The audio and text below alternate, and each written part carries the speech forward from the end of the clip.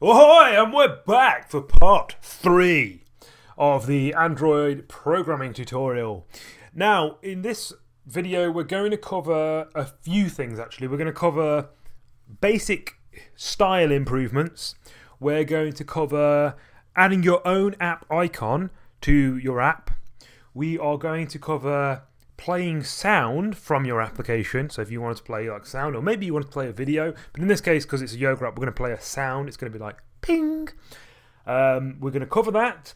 We are going to fix a few bugs that we have as well, and then that should be it. And you should be ready to go out in the wide world and write some of your own Android applications. So without further ado, let's get started. So one of the issues is if we go to the app now and I was to enter nothing in here, like this, I'm going to quickly open the run window so you can see what's going to happen. We'll start the thing. Oh no, it's crashed, it's broken. No, this is terrible.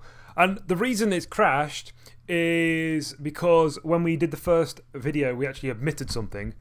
And what we omitted was in this pass seconds function, this seconds.text can be null, which is why we're checking if it's not null. But one of the things that we haven't checked is if the string is empty. So what could happen is this might not be null, and if this isn't null, we'll carry on. We'll get to the string. The string might be empty, so when it calls to long, it crashes. Okay, so it's a really easy fix. We can do that, but I just want to show you what happens here in another way of debugging things. So we're going to quickly put a debug point on there, rerun the application, and we're going to do the exact same thing we just did again, but this time with debug mode. So it's going to stop. So if I quickly get to that point, and we can see here we've got debug mode on. What we can do is we can select this bit of text here, right click, go to evaluate expression, and press evaluate, and it will give us our result. So this isn't null. Now what happens if we were to do the toString method on this method now? So we can actually see live what would happen. Well, it's blank. Okay, so it's not null, but it's blank. So if we were to call to long, it's going to kick off because it can't create a long out of nothing. There you go. So it threw an exception. Now we can either catch that exception, which is pointless because we can just prevent it from occurring. And the way we can prevent it from occurring is we can say, and we want to check that the seconds.text to string is not empty. And to check it's not empty, we can just put an exclamation mark at the start of that. So first, check if this isn't null. We have to have this one first in this logical statement, because if we had this statement first, then it would crash if the text happened to be null. So we check if it's null. If it's not null, well, we'll check this. If it's not empty, then we carry on and we can actually pass the string correctly. And then we'll return 0. Now, the problem with this is that we should probably inform the user of something if it turns out that they've entered something wrong. So let's go ahead and do that now. What we're going to do that is we're going to take the seconds. We're just going to create our own variable of the seconds. So we're going to say equals pass seconds like that. And then what we're going to do is we're going to say if seconds is, what should we say? If it's greater than 0, because obviously if this goes wrong, right? If this logical check fails, we're going to return 0. So we can do this. We can say if it's greater than 0, then we want to do this stuff. We want to actually go to the next intent. We don't have to pass seconds here either. We can just pass in our seconds like that. But if it's not, if there's a problem, then what do we want to do? Well, we want to say else, and we want to present an error message to the user.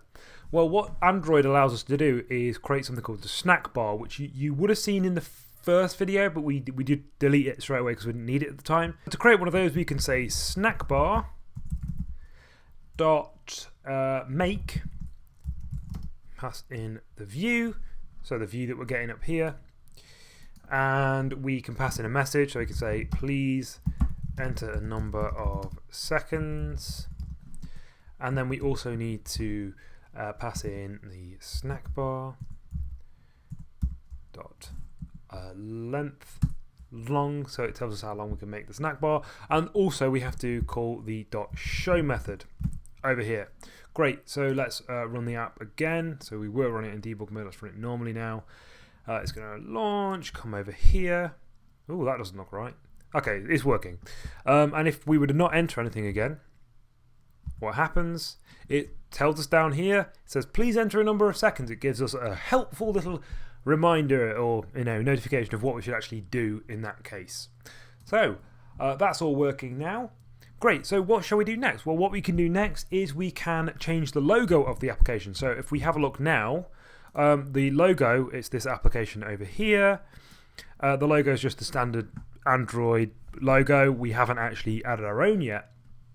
Okay, so you can either create your own logo if you know how to use Photoshop or any imaging editor or what have you, or you can use the one that I'm going to provide for you in the doobly-doo in the description down below, so you can download that and follow along.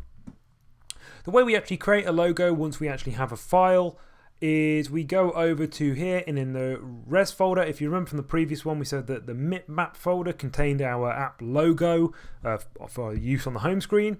So if we right click over here, click new, click image asset, we're presented with this screen. So basically what Android's going to do is it's going to create our actual app for us. And so we can pick what we actually, what we feel like really. So we can pick the color for the background, and we can also have a foreground layer as well. So what I'm going to do here is I'm going to add my logo that I've created. It's just a sort of person doing some yoga or what have you. And then we can also change the background. So click on the background layer. You can change it to, you could have another image if you wanted to. I'm going to select a color. That's the color I want to pick. There we go. So now when we click next, we're going to be presented with a dialog. It's going to be like, we're going to overwrite loads of these files. Doesn't matter, we're creating our own new wonderful icon. So we'll just click finish.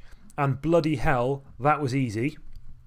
That's literally all you need to do to create your own icon for your app. So we rerun the application now. Go back over to our little emulator, or if it's on your actual phone, you'll have a nice little icon. Come back, press the home button, and we can see down here now, look at that, we've got our own little app logo. Wow, isn't that cool? Right, great. So next thing we can do, let's make our app play a sound so that when we get down to, like, I don't know, when we're at 1, when we get all the way down to 0, it's going to go ping. I don't know why it's got stuck there, but it got stuck. We'll fix that in a second. Okay, so let's go ahead and do that. Now, I've also created a little MP3, or I found an MP3 on the old Tinterwebs that we can use for this project. And in order to use it, what we're going to do is go to our res folder, click new, and create a new directory. And we're going to be calling it raw. Okay. Then what you want to do is get your MP3 file, mine's called ping, and just drag it straight to the raw folder like that. Brilliant. Now let's go to our timer activity and we'll start work on how we're actually going to make this play when this happens. So let's go ahead and start doing that now. Well, the first thing that we need to do is we need to create something called a media player. This is something provided by Android by default. It's very nice. It enables us to play all sorts of media. For us, we're going to be playing an MP3 file. And what I'm doing at the moment is creating that as an instance at the top of the class, but we're going to initialize it once we've actually created our activity. There is a reason for that, and I'm going to explain momentarily. So later init says we want this to occur, but we don't actually have to initialize it straight away. So we don't have to say, new, or actually we wouldn't say new. We don't have to say media player over here, whoopsie daisy, like that, like you would normally. We'd have to initialize it here. We can say we're going to declare it. It's going to get initialized later. Also going to import media player like that with option enter. And the reason we're going to have it as a late init sort of global variable here is because we're going to want to stop the media player when we leave this activity. And in order to do that, we need to have it accessible to a method that we have yet to create. So we're going to create an onStop method as well, which is going to need to be able to access the media player. So when we open our activity for the first time, what we're going to do is we're going to actually just create our media player. And there's a reason that we have to have it, we don't initialize it straight away, and that's because we need to pass it the context, and the context doesn't exist until we've actually created our activity. So in the onCreate method. So what we're going to say here is we're going to say media player.create past this, which is the context, and then we can pass our MP3 file or audio file. And the way we do this is really amazing. All we have to do is type in r.raw and then just type in ping, because that's the name of our file. Our file is ping.mp3, so we just type in ping. It's already picked it up. It already knows that that is going to be the file that we want. Brilliant. Nice and easy, that is. Okay, so now what do we need to do? Well, we need to actually start creating our own method to actually play the sound, right? So what this is now, we've got an MP3 file in a media player. So if we were to just say, start playing, it would play. So let's start off by creating that method. So we can say private function and call it play sound, like that. And we can say media player.start. However, there is a small problem with that, that there can be an exception raised here. So we're going to say try, and we are going to catch just a generic exception. Slightly bad practice to catch generic exceptions. You should be more specific when you catch exceptions, because you want to sort of say, okay, I expect a number format exception here, for example, and if that happens, then I want to handle it in this case. If something else happens, then I want to do something slightly different. But for our purposes here, it doesn't really matter. So we're going to go along, and all we're going to do is just print out the exception. So we see that if an exception occurs, we'll see it in the logs. And there's also another reason is that we're actually, what I'm coding at the moment, when we get to actually playing it, there's going to be an issue that's going to show up, and I want to show you that and then what we can do to fix the actual issue. Okay, what do we need to next do? Well, we need to also say on the onFinish method within our countdown timer, we need to say play sound, like that. Okay, that's dead simple. Let's rerun the application now and see what happens. There's another thing as well I should point out as well, and that our file, our ping.mp3 file, is 5 seconds long, which means that we might run into issues if we were to say run it for 5 seconds. Okay, so let's do that now. Let's run 5 seconds, and you might not be able to hear the ping. So I'm going to say ping if it pings, and then you'll know.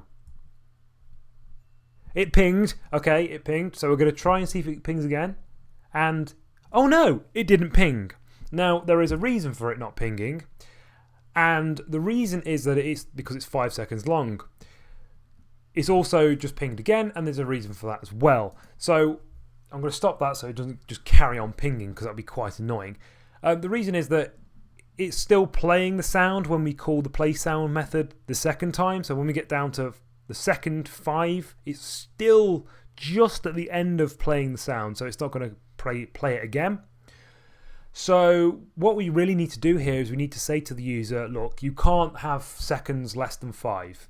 Okay, so let's go back to our main activity, and here let's change this number to 5, and we'll say we'll change this to greater than 5, and that should be fine now, so it won't have that issue. Okay, back to the timer activity. Now, there is a slight issue with the way that this application is working at the moment, in that if we were to exit out of the application, as we just did a moment ago, if I play it again, because what I didn't press the home button, I just sort of stopped our timer. Now, it's still actually running in the background, which is quite bad, but it also will run if I exit out of the application altogether. So if I let's just test our 5. Okay, there, that works, and we'll go back to 6. So now if we try this, and we'll let it count down, but I'm not going to get to the bottom, I'm just going to press the home button and see what happens. And wait for it. Ping! There was a ping there, and it's still going to carry on doing that because it hasn't actually shut down our activity, and it pinged again there as well. So we actually need to fix this because 2 things are occurring. Number 1, it's getting to this onFinish method and hitting the play sound and playing the media player sound, and also it's still ticking along. Our countdown timer is still ticking along even though we've exited the application. Now this might be something that we would want to include. Maybe we would want to give the users the option to do this, but we're not going to cover that in this series of videos. All we're going to do is prevent it from doing it now. So we need to actually do a slight bit of refactoring, and the reason we need to do that refactoring is because we need to actually make this countdown timer accessible from outside of this function. And the way we do that is we're going to come up to the top and do another late init var, and this time we are going to call it countdown timer like that. And instead of just creating this here, we're going to say countdown timer like that. So now that countdown timer is accessible from outside of this function, so we can actually stop it if there are problems. So one of the things that we can use is there is a method within Android, within activities, called onStop, and we need to override that function. So we say override onStop like that. Okay. And one of the things we need to do is we need to call super.onStop. It's going to moan at us because just calling on super on stop is we haven't actually done anything. We don't need to override anything there. But we actually do want to override stuff because what we want to say is we want to say countdown timer cancel. And we also want to say what's the thing called? The media player. We want to say media player dot stop like that. So now that they should stop playing when we exit out of the application. We also want to do something else as well, and that is if we press this button a second time to stop the timer, we should probably stop the timer again over here. We should also prevent it from actually doing any of this stuff in the onFinish method if we've pressed the button to stop the timer. And the way we can do that is we can create a variable up here and we'll call it stopped. And we'll initialize this with a false value. Okay. And what we'll then do is on the onCreate method, we'll also say false up here. But when we click the button the second time to stop the application, we want to say, look, this is stopped. So we'll say stopped equals true. Then we can, in the onFinish method, say if we haven't stopped, then we can play the sound and continue on. But if we have, then don't do anything at all. Okay, so that should work a little bit better now. So we'll play that again and hopefully that will work and it will stop pinging when we exit out of the application. Okay, so that's started up. Let's type in 6 there. We'll press that. Press start. Let it go ahead and start. And before it gets to 1, we're going to stop it like that. And there we go. It hasn't pinged and it stopped properly. So that's all good. Right, now let's go ahead and start doing a little bit of stuff with the styles. We're not going to do too much with the styles just because I'm not a UX designer, so I'm never going to make it look really amazing. But I'll give you some ideas of what you can do and show you how you can change things, as you know, this will be your first Android application.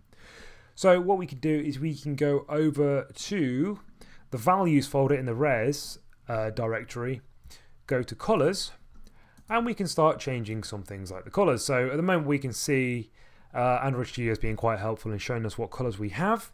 So if we were to change these over, so for example I want to change the main color to, or the accent should I say, to CF5 FF, which is the color we use for our logo. I also want to change the primary color to that as well. And I want to change the dark color to 54.5BF. You could also define more colors here. You could just, say color, nice color. You could do that, define another color there, and we could use that elsewhere in the application. And if we go to our styles file here, so that's in values again, and the styles file, we can see that this is where they get picked up by the application. Okay. Cool. So now let's run that again, and what we're going to see is that the colors in the application have changed. Okay, look at that. We've got some new colors. If we click on this little thing, oh, that's changed as well. The colors there have changed as well. So easy to change colors in Android. The next thing I want to do, and just one of the final things just to make it a little bit nicer for the users of the application, is to come over to our main content. We're going to add a text view, and the text view, we'll just call it instructions if my keyboard lets me type, which it's not doing. There we go, instructions. And in the text view, we're going to say please enter a number of seconds. And because obviously this is a constraint layout, as we learned in the last video, we can constrain it. So drag the circle up to the top and drag the circle down, in this time not to the bottom but to this seconds element here, and that will constrain it in the middle of the top and the seconds element. And then we drag these to the side as well, so we sort of center it in the middle. And then come all the way down to gravity again. And hopefully I've got the right one this time, because last time we didn't get the right place.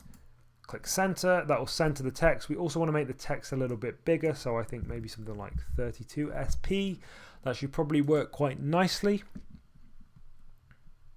Okay, so we're going to run that again. That's just building. And have a look. Okay, the install's finished. It's going to open the app for us. Please enter a number of seconds, and for some reason the actual size didn't change, so just change the size there. And it's going to work. There we go. Took a little bit longer to install that time. And there we go. Please enter a number of seconds. So we've added a new thing. We've changed the colors. We have added some validation to the input so that if we were to enter a number less than 5, wouldn't work, and it will give us a little snack bar. And if once we get down to the bottom of our timer, it will ping, which is what we want to do for our application. So hopefully you found that interesting and useful. You should now be able to create your own Android applications. We've started off with the basics, so creating your own activity, creating a second activity, how do we link them? We've done some basic stylings, creating your own logo and adding that to the application, and we've also gone and started playing sounds from the application as well. So that about covers everything that I wanted to cover in this series. So if you do have any questions, please leave them down below and I'll try and answer them all. If you like these sort of videos, subscribe for more, because I have many videos in the pipeline at the moment. And all that remains to say is thank you very much for watching. Bye bye.